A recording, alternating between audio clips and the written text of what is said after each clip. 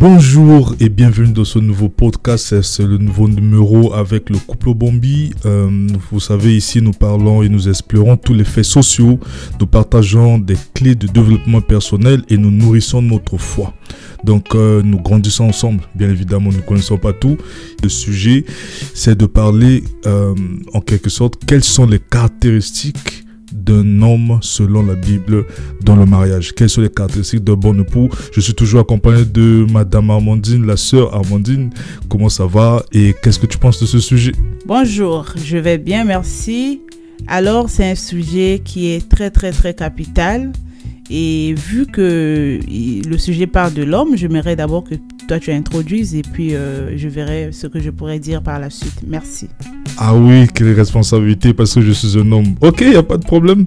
Alors pour moi, bien sûr, nous ne connaissons pas tout. C'est ce que nous donnons comme avis et aux autres aussi de commenter. Dans le couple chrétien, la Bible définit le rôle de l'homme comme étant celui du chef de la famille. C'est-à-dire c'est un protecteur, c'est un pourvoyeur et guide spirituel, mais avec amour, humilité et service. Voici les principaux aspects que j'ai pu noter. Premièrement, lorsque nous lisons dans Éphésiens 5, chapitre 23 et 25, il est écrit « Car le mari est le chef de la femme, comme Christ est le chef de l'Église, qui est son corps, et dont il est le sauveur. Mais aimez vos femmes comme Christ a aimé l'Église et s'est livré lui-même pour elle. » Ici, nous voyons que l'homme n'est pas un dictateur, mais un chef qui dirige par l'amour et le sacrifice, à l'image de Christ. Et nous voyons aussi dans 1 Timothée 5 verset 8 qui est écrit: si quelqu'un n'a pas soin des siens et principalement de ceux de sa famille, il a régné la foi et il est pire qu'un infidèle. Et là également nous voyons que l'homme doit assumer la responsabilité matérielle et financière de son foyer. Je prends aussi 1 Pierre chapitre 3 verset 7 qui dit: Marie, montrez à votre tour de la sagesse dans vos rapports avec vos femmes, comme avec un sexe plus faible. Honorez-les comme devant aussi hériter avec vous de la grâce de la vie, afin que rien ne vienne faire obstacle à vos prières. Ici, nous remarquons que l'homme doit protéger et honorer sa femme, la traiter avec respect et délicatesse. Selon Josué 24, verset 15, qui dit « Moi et ma maison, nous servirons l'Éternel ». Et ici, je note que l'homme a la responsabilité de conduire sa famille dans la foi, la prière et l'obéissance à Dieu. Pour couronner le tout, l'homme est le modèle de la famille. Il doit être un exemple pour ses enfants et pour sa femme. Le tout, c'est possible lorsque l'homme s'attache à celui qui est le modèle par excellence, le Seigneur Jésus-Christ. Waouh. En tout cas, rien à dire. J'ai aimé la partie où tu as dit que tous les hommes doivent se référer à Jésus-Christ. Et nous constatons que cela ne se passe pas comme tu as su le dire. Les hommes doivent s'appuyer à Christ. Ils vont puiser leur énergie auprès de Christ. Mais ce qui n'est pas le cas. Et d'où il y a beaucoup de conséquences. Le foyer tombe dans le désordre car il n'y a pas de direction claire. Le chef n'est plus à sa place. La femme peut se sentir obligée de prendre une place qui n'est pas la sienne. Ce qui crée d'ailleurs beaucoup de conflits, de rivalité. L'amour disparaît et laisse la place à l'autorité dure. L'homme devient tellement dur et il ne sait même pas à qui il a affaire. Il ne sait pas se contenir et c'est ce qui fait que beaucoup de couples ne durent plus de nos jours. La famille manque de stabilité matérielle et financière.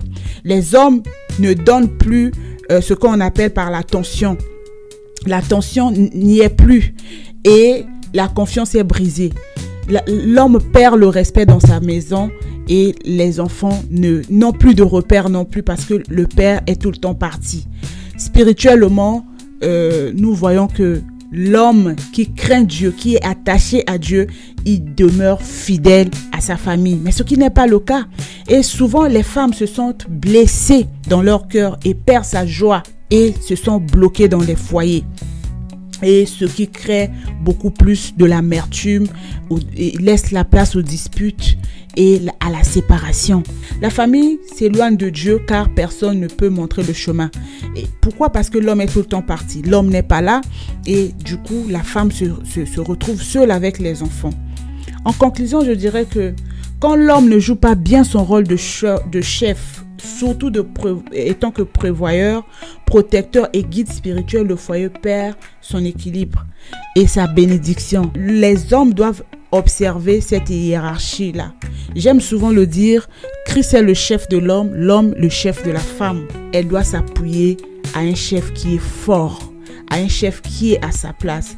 Et ici, je conseille aux hommes de prendre leur place et de puiser l'énergie auprès de Christ. L'énergie ici, c'est nous voyons la parole de Dieu. Christ est un modèle par excellence et tous les hommes doivent suivre Christ. En lisant la parole de Dieu, en lisant ce qui est écrit, comment Christ aime son Église, vous devez aussi observer cela. Tous les hommes doivent observer cela pour aussi aimer leurs femmes en retour, afin que ces femmes-là ne se sentent pas comme une église délaissée et négligée. Merci beaucoup la sœur Amandine. En tout cas, tu as presque vraiment touché les faits sociaux, la réalité des choses. Voilà pourquoi nous disons que nous ne sommes pas parfaits et que nous demandons à ce que le Seigneur puisse nous aider. D'abord avec notre volonté, bien sûr. Il faut que l'homme qui suit ce podcast puisse dire « Seigneur, je me répands, je ne suis pas à ma place, mais je saisis cette opportunité afin que je sois à ma place. » Et tu prends cette volonté, tu demandes pardon à ta femme du fait que tu étais un faux chef, tu l'as traité mal, tu demandes pardon à tes enfants, tu demandes pardon au Seigneur et tu prends l'engagement de t'asseoir sur ta place. Et même tu peux apprendre comment être un bon leader, comment est-ce qu'il faut aimer la femme, comment est-ce qu'il faut toujours maintenir cet amour. Ça se travaille. Et pour être un guide spirituel, il faut que toi-même aussi tu sois d'abord connecté à Christ. Ça aussi, ça demande à ce que toi tu sois un bon fervent de la foi. Il faut que tu pries beaucoup. Généralement, les gens disent que les femmes doivent beaucoup prier parce que c'est les femmes qui tiennent la maison. En tout cas, moi, je trouve que ça, c'est l'inverse. C'est l'homme qui doit beaucoup prier parce que c'est lui qui doit être le modèle spirituel même de la maison. Que Dieu bénisse tout le monde, que Dieu fortifie tous les hommes humbles qui vont accepter la parole de Dieu par notre parole. Que Dieu vous bénisse. La sœur Amandine. Amen, amen. Surtout, n'oublions pas que cela reste quand même générationnel. N'oublie pas que toi, l'homme, si tu ne fais pas bien aujourd'hui, sache que ni ton fils, ni ton petit-fils ne le fera pas si bien. Pourquoi? Parce que c'est toi qui es la tête. Ce que tu fais bien aujourd'hui, c'est une sémence que tu laisses derrière toi et tes fils et tes petits-fils, tes arrière-petits-fils le feront aussi si bien. Et si nous observons aujourd'hui dans le monde d'aujourd'hui, nous observons beaucoup de divorces, c'est parce que il y a eu des pères qui ont mal encadré leurs fils. Et ces fils se retrouvent sans repère. Sois un bon repère pour ton enfant, sois un bon repère pour ta génération. Et avec Dieu, nous ferons des exploits. Que Dieu nous bénisse et qu'il nous donne la force. Merci.